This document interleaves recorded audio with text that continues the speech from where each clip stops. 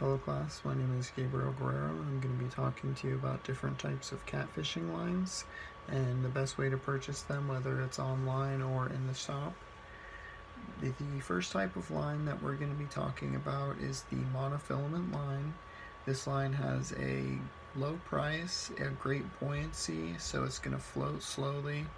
When you're going to cast this line, it's going to have a nice easy cast. It's going to flow off the reel very smoothly. You're not going to get a lot of knots. Now the visibility of this line is very low, so fish are not going to be able to see this just because it comes in many different types of colors, shapes, sizes. It's just a great overall cheap line. Now the memory of this line is very low, so it's not going to constantly try to get tangled up on you, try to get a rat's nest or anything like that, which is just where your line gets all tangled up on itself. Now the next line that we're going to be talking about is the braided line. The braided line is a more expensive line.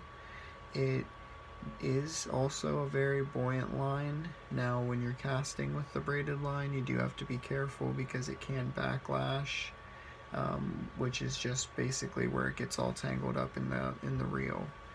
Now for the braided line, you do need to be careful of abrasions. It is easily snagged or caught on fish's teeth, on rocks. It can cut very easily.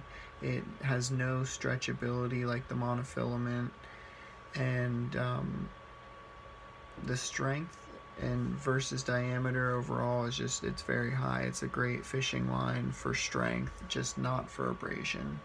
The last fishing line that we would be talking about is the fluorocarbon. This is also a very high priced fishing line.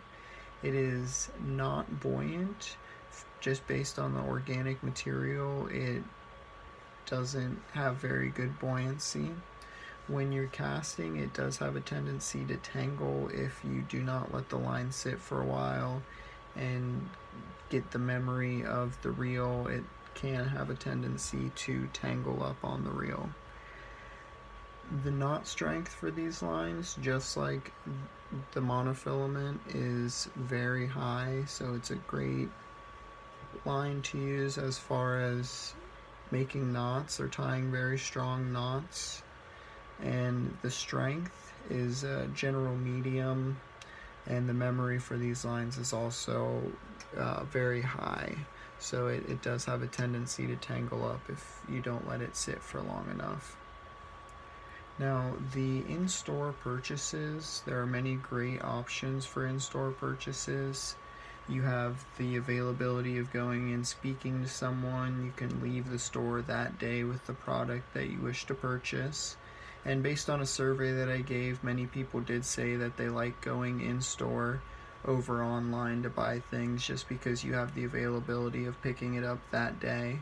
However, many people did say when shopping online that they do have memberships to different online stores where they get discounts available for fishing, or different monthly clubs that they can join in. Some of the downsides to shopping online are that you do not have the availability that you do on the online, as far as the different shops that aren't offered in stores. Many people will only sell products online and not sell them offline in shops, so that is one downside to shopping in the stores. When shopping online, you do have a lot of great pros as well. You have the availability of shopping for a wider selection than available in the store. You do have the option of signing up for memberships, and there are also many different things that shopping online offers that you can't get in stores.